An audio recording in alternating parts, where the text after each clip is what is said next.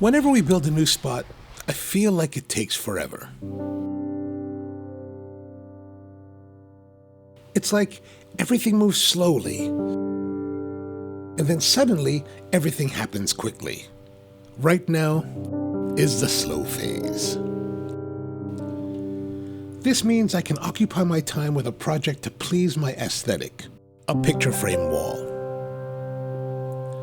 I've always been fascinated by these kinds of details: chair rails, wainscoting, wall panels, and this wall is the perfect place to hang a painting that I've been wanting to use for 8 years. It's not terribly difficult, it's just a bit meticulous. Lots of measuring and marking, and the most difficult part, the thinking. I outlined the pattern and then spent a couple days away at Pack Expo, only to return and realize that I hated the proportions. It just wasn't pleasing.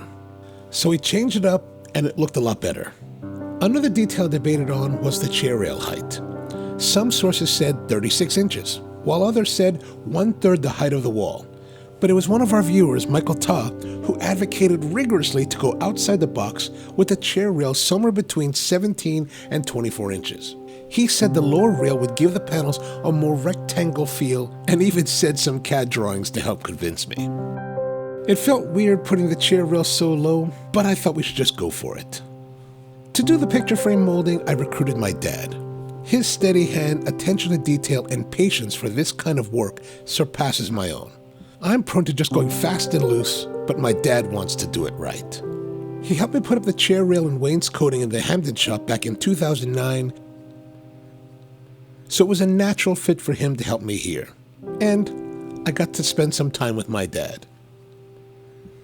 Overall, it went well. Of course, there's the required number of moments of us arguing in opposition over some detail, like he insists on taping the edge instead of me just hand cutting it. You can see who is smarter. Putting up the molding is pretty simple. Cut the pieces, glue them up, staple in place, and caulk. Hit it with some sandpaper to make sure the surface is smooth, and then paint. I love green walls, but I'm unimaginative and end up with either hunter green or some kind of dark green. I decided to consult with my mom, who's much better at this, and we read up on the feng shui of coffee house design and compared colors at the Sherwin-Williams store before deciding on Reseda green. A nice calming shade of green that has a bit of yellow tint and no blue, because blue is calming and not conducive to eating and digestion. And the Reseda green is also a color that is complementary to the painting.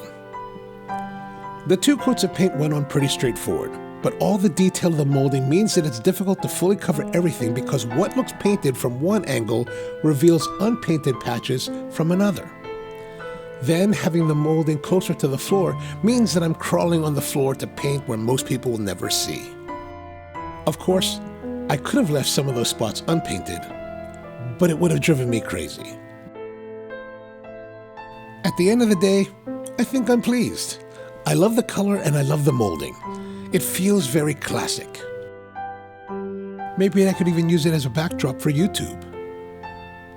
With the work that still has to be done in the space, I won't hang the painting until it's nearly time to open. There's still design, plan review, permitting, build, inspections, and licensing to go through. So this is a nice diversion. But it's going to be a little while before you can come here and enjoy a coffee. I'll keep you updated.